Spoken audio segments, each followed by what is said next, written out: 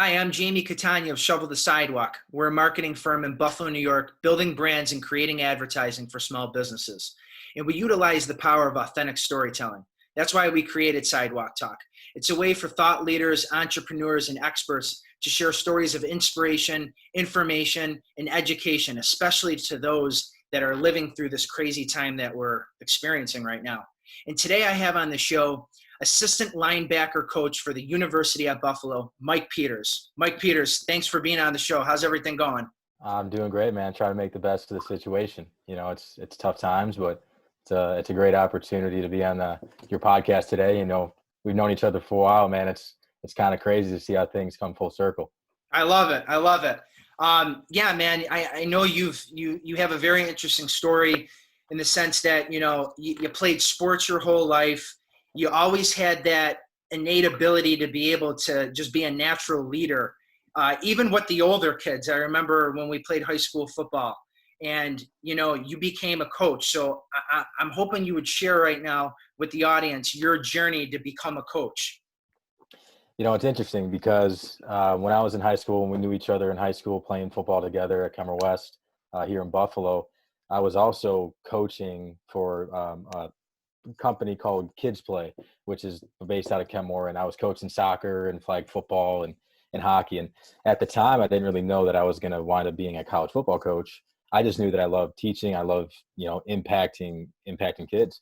So I wind up having an opportunity to go on and play college football. I went to Lake Forest College in Chicago, Division III school. I wanted to get away. I wanted a different experience. And in those 4 years, I met some people all over the country, Texas, Florida, California, made friends, relationships with people that I never would have thought when I was in high school that I would have had the opportunity to do. And in those 4 years too, I've also realized that in those 4 years of college, I realized that I really wanted to make an impact in what I was going to do. I didn't want to go in and just go and be, working at a desk, and nothing against doing that. I really wanted to make sure that I was going to make a lasting impact. So, after that 4th year at Lake Forest, I had my fun. I had a great time. And, Coach Catanzaro, my head coach, he was a tough love coach, but he really had your best interest in mind. And in my senior year, my spring, he asked me to come out and coach the receivers, which is what I played receiver. Asked me to coach the receivers for that spring. And it was kind of an interesting dynamic because when you're a player and you're trying to coach guys that you played with and that you hang out with on the weekend, it's tough.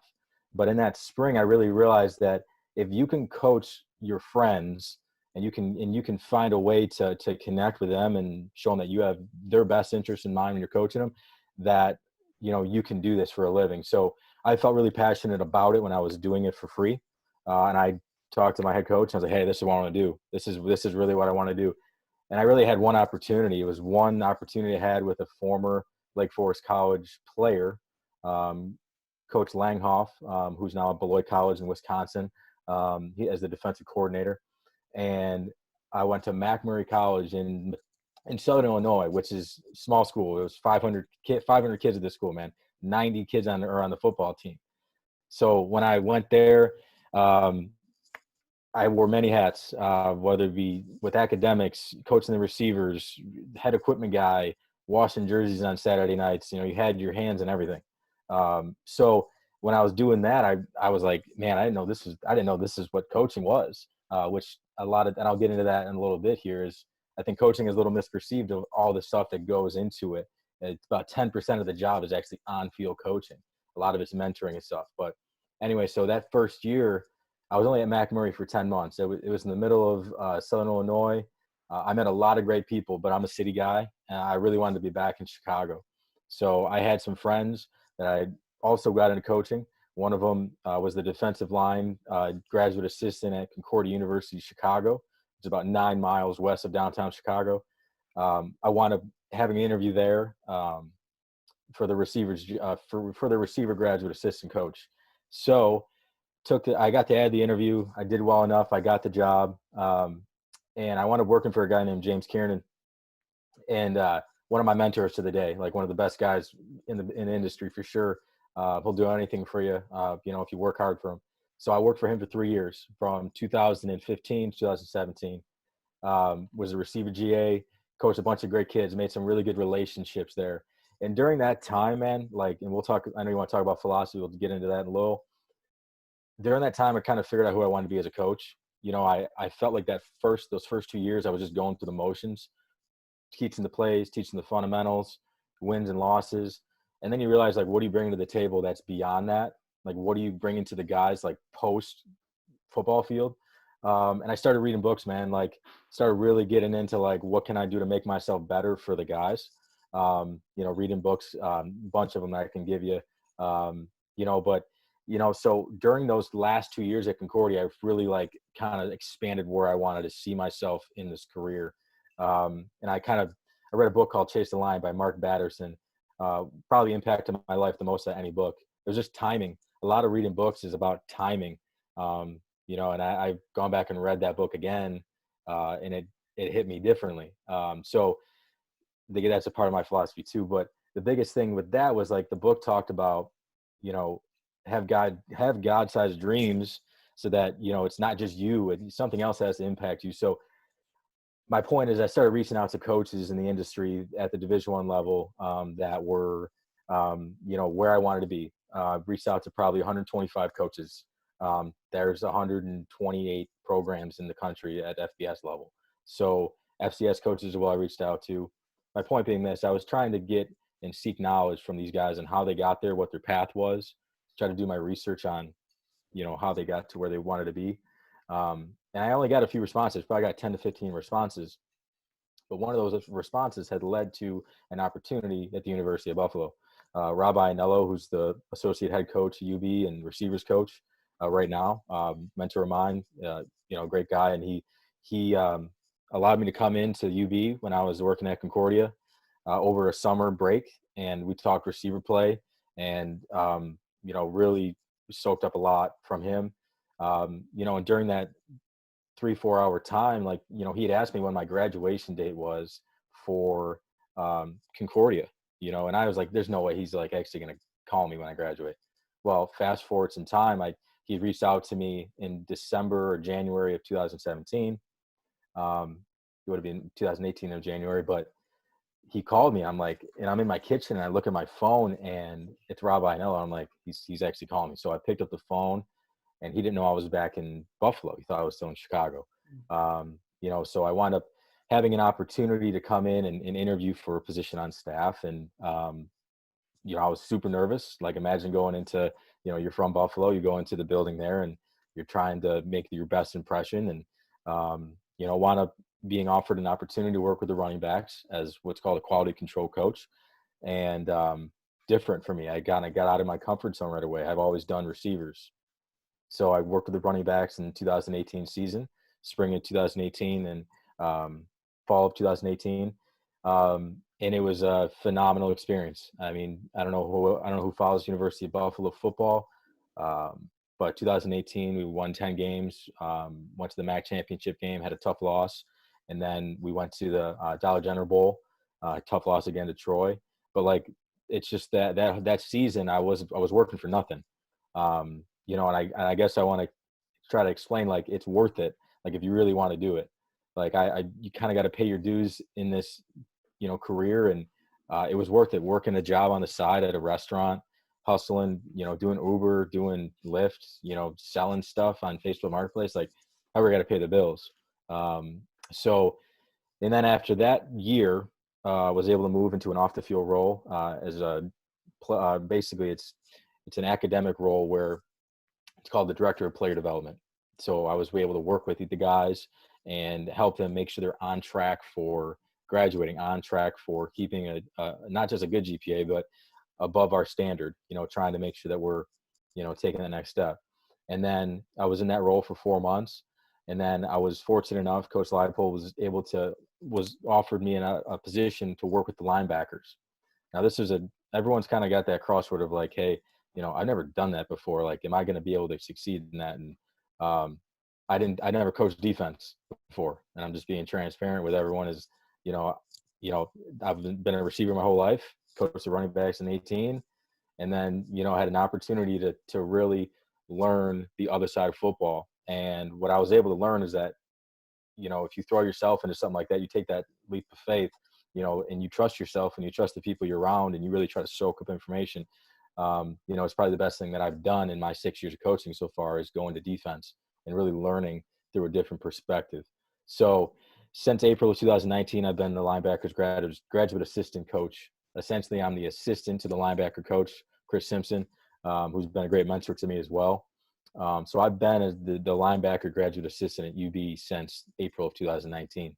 And then this past season was awesome. We had the number 1 ranked defense in the MAC, number 9 ranked defense in the country. We have all of them basically coming back besides a few guys. And I'm just excited. It's just a great opportunity to be home and do what I love. And, that's a little bit of, there's some more details to the story, but I just want to make it as short as possible for you, Jamie. No, that's great, man. And I definitely want you to go more into your philosophies of what it means to be a good coach, because as you know, whether you're coaching, younger kid, when you were a younger kid being coached, you had the coaches that screamed at you, that didn't really show any empathy. And then you had the other coaches that, they got your back, they held you up when times were tough. What's your mindset when you're coaching people, especially those that are like closer to your age? So, Jamie, what's cool about the position I'm in right now is, so the first 4 years of when I was in coaching, I was running a room. So I was the lead guy that was coordinating, watching film and giving tests and, giving feedback. And when I got to UB, you go from the Division III football level to FBS, and as a quality control coach and as a GA, like, you're taking the back seat. So I've been able to really sit back and watch numerous position coaches, how they run a room and how they are able to really, trigger their guys to go and to grind, to go and to get through a practice and get better. And that 1% every day we talk about it at UB. It's, we talk about this. We talk about this is the difference, every day. Show up like this is the difference in a game, win or loss. We've been there. We've been in the 1-point losses, and so having that mindset. But to philosophy wise, man, it's that these past 2 years have changed how I see how you really need to be like water. You got to adapt. You got to be adaptable to your guys, because each player is different. Each player comes from a different background. Each player has come from a different coaching staff in high school, whether they were, glorified or they had a coach that really got on them. But when you come to our program at UB, Coach Live really does a great job of making sure that the guys we bring in are guys that fit our program, guys that want to work, guys that might be an underdog, have been an underdog, didn't get that Power 5 offer, and have come in and really worked hard and been all in on it, not just 90%, 110%. Jared Patterson's our starting running back, and James Patterson's twin brothers is our middle linebacker. And I worked with the running backs 2018 and work for the linebackers right now. And those two feed off each other, and they're on different sides of the ball, so they're always leveling up. But just philosophy wise, like, just to get back what you're touching on, for me, how I see it is you have to build relationships. You have to be principle centered. And I talked about reading books, and there's a book by Stephen Covey. All of his books have been really, really good that I read so far. The 7 Habits of Highly Effective People, Principle Centered Leadership. You have to be able to have standards, and you can't let those waver, no matter the player and how good they are, because at the end of the day, like, your trust throughout the whole room, if you're coaching 15 guys, if you let one thing slip for the guy that is playing most of the snaps, and then the guy that's not playing at all, he does something similar, it's kind of tough to have the trust and the respect, and having their best interest in mind too, having conversations beyond football.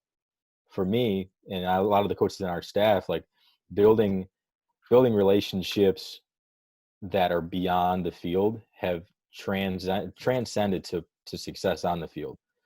So when we talk about relationships, and we talk about what are you doing outside of football to get better, the players know that it's all in their best interest. The best part about that academic role, Jamie, was that was the first time since being at UB I was able to sit down with pretty much every player on the offense and really get to know them, like, background, what gets you motivated, like, where do you see yourself in 5 years, questions like that.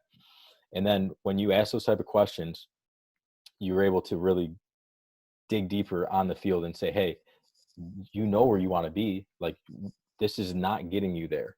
You told me 5 years from now you want to be, whether it be in the NFL. Well, those actions aren't going to get you to where your destination that you say you want to be.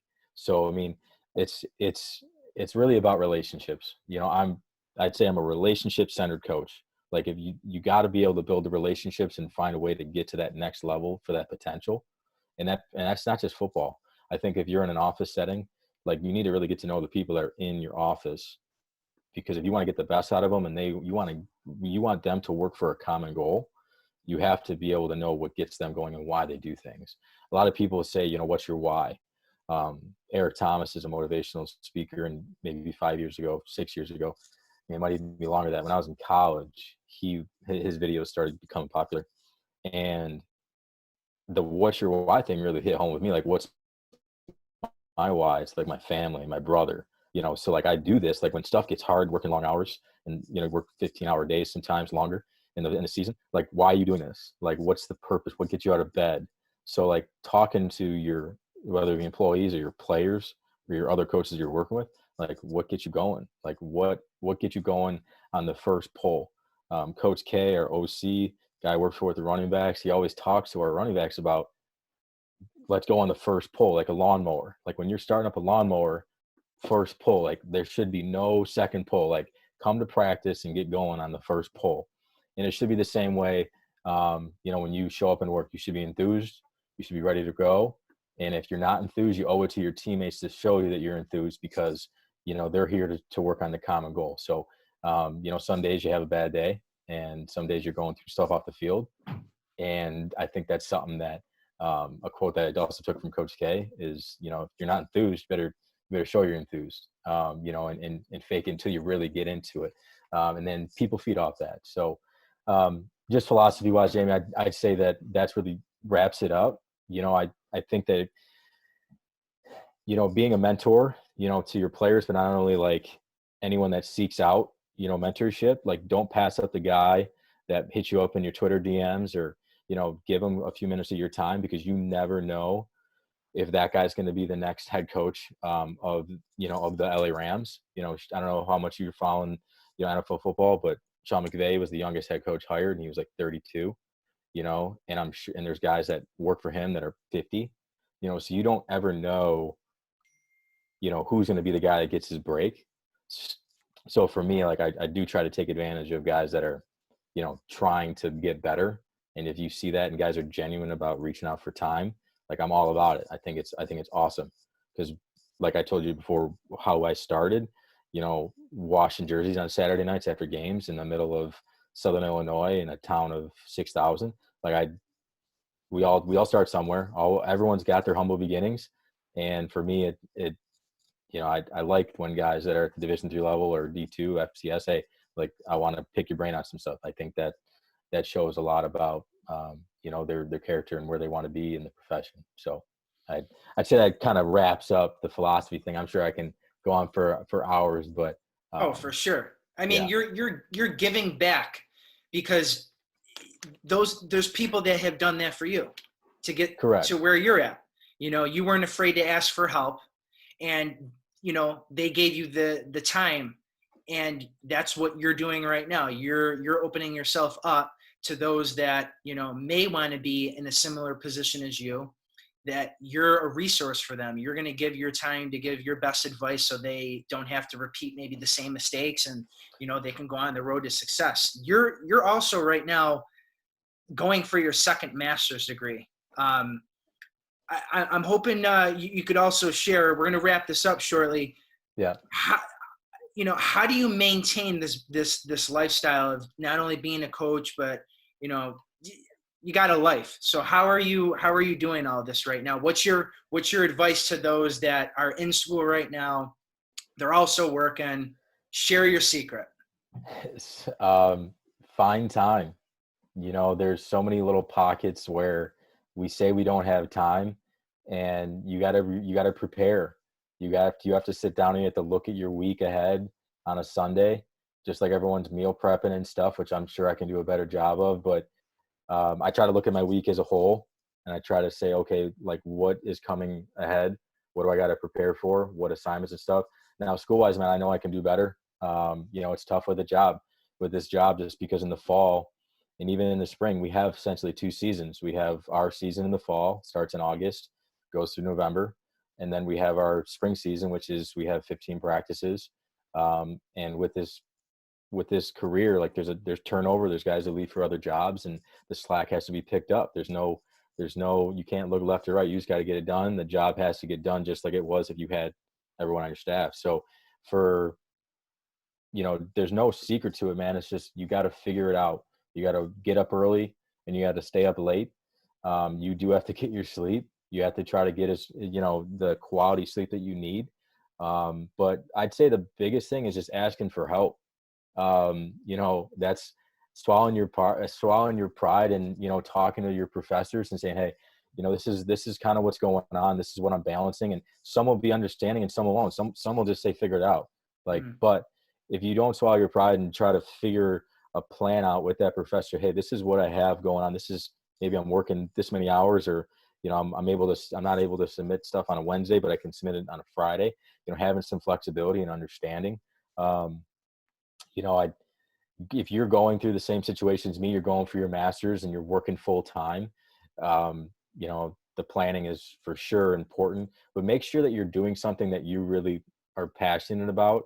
If you're going back for your master's, my first master's was in sports administration. I got that from Concordia University, Chicago, graduated in 17. Right now I'm in educational studies. So it's online, which helps. But it's also tough because you have to be really strategic about it. You have to be intentional with your daily actions. So, I trying to catch up on some stuff right now to finish out this semester. But, I just realized the one thing I didn't touch on philosophy wise is like being intentional. A lot of people, even myself, even recently, as of 6 months ago, I'd say I was always, shooting from the hip. I was always kind of on the go. And I didn't really have a plan. I was just trying to put out fires as they came. I was being reactive instead of being proactive. And, the more proactive you can be and, looking ahead at future fires, the more productive you'll be. So, getting ahead of the curve is something that has helped with organization and stuff like that. So I'd say that'd be a huge, tool for people, is just, really try to look not just a week ahead, look 2 months ahead. Okay, how do I make my life better by doing, maybe one thing, every day, that is going to add up, that compound interest. So it adds up. That's for sure. All valuable information. Mike, thanks again for being on the show. I really appreciate it. I think, for those that want to reach out to you, maybe the best way, LinkedIn, right? Just search Mike Peters. Yeah, LinkedIn. You can follow me on Twitter. It's UB_Coach Peters. Anyone that wants to, talk, I got a bunch of, between books and, young coaches, if you want to reach out, I'm more than happy to talk. With this pandemic, a little more time than normal. We'd be just finishing up spring ball if we were still in season or up at the campus, but working remotely, working ahead to try to get ready for the fall and the 2020 season. But any help I can offer anyone, please feel free to reach out through LinkedIn or Twitter. We'll chop it up on some football and some philosophy stuff. Absolutely. Thanks, Mike. For those listening, thank you for listening. You can stream all of our podcasts by visiting shovelthesidewalk.com. We're available on Spotify, Apple Podcasts, and all other streaming players. If you or somebody that has a story to share, feel free to reach out. We're always open to having people sharing stories of inspiration, motivation, and education. Mike, thanks again for being on the show. And this has been Sidewalk Talk.